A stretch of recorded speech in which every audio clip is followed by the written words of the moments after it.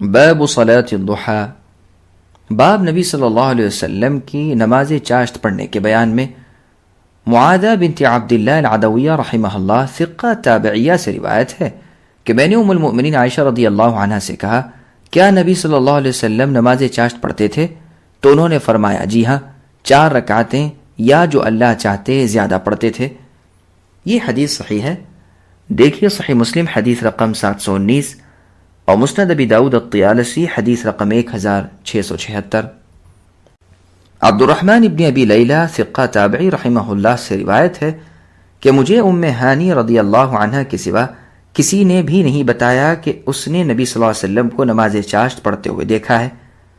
انہوں نے یعنی ام ہانی رضی اللہ عنہ نے حدیث بیان کی کہ رسول اللہ صلی اللہ علیہ وسلم ان کے گھر میں فتح مکہ والے دن داخل ہوئے تو غسل فرمایا اور فاطمہ رضی اللہ عنہ نے آپ کو پردہ کیا ہوا تھا، پھر 8 رکعتیں آپ میں پڑھیں۔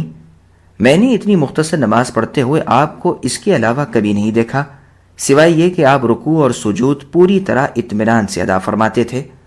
یہ حدیث صحیح ہے، دیکھیے سنن ترمذی حدیث رقم 474 اور صحیح بخاری حدیث رقم 1176۔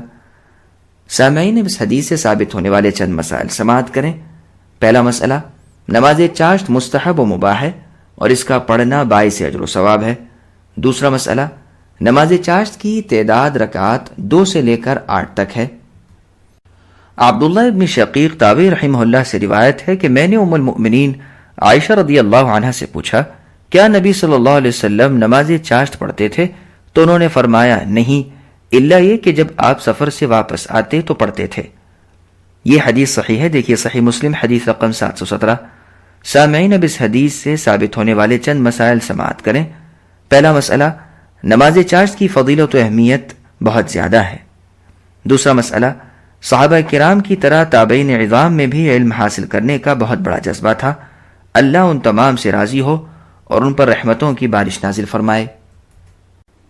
عبداللہ ابن سعیب المخزومی رضی اللہ عنہ سے روایت ہے کہ نبی صلی اللہ علیہ وسلم زوال آفتاب کے بعد ظہر سے پہلے 4 رکعتیں پڑھتے تھے اور فرماتے، اس وقت آسمان کے دروازے کھل جاتے ہیں، لہٰذا میں پسند کرتا ہوں کہ اس وقت میرا اچھا عمل بلند ہو۔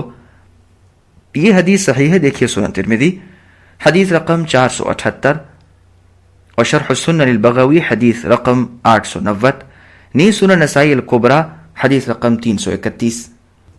عاصم ابن ضمرہ رحمہ اللہ سے روایت ہے کہ علی رضی اللہ عنہ ظہر سے پہلے 4 رکعتیں پڑھتے تھے اور بیان کرتے تھے کہ نبی صلی اللہ علیہ وسلم یہ 4 رکعتیں پڑھتے تھے اور ان میں لمبی قرات کرتے تھے۔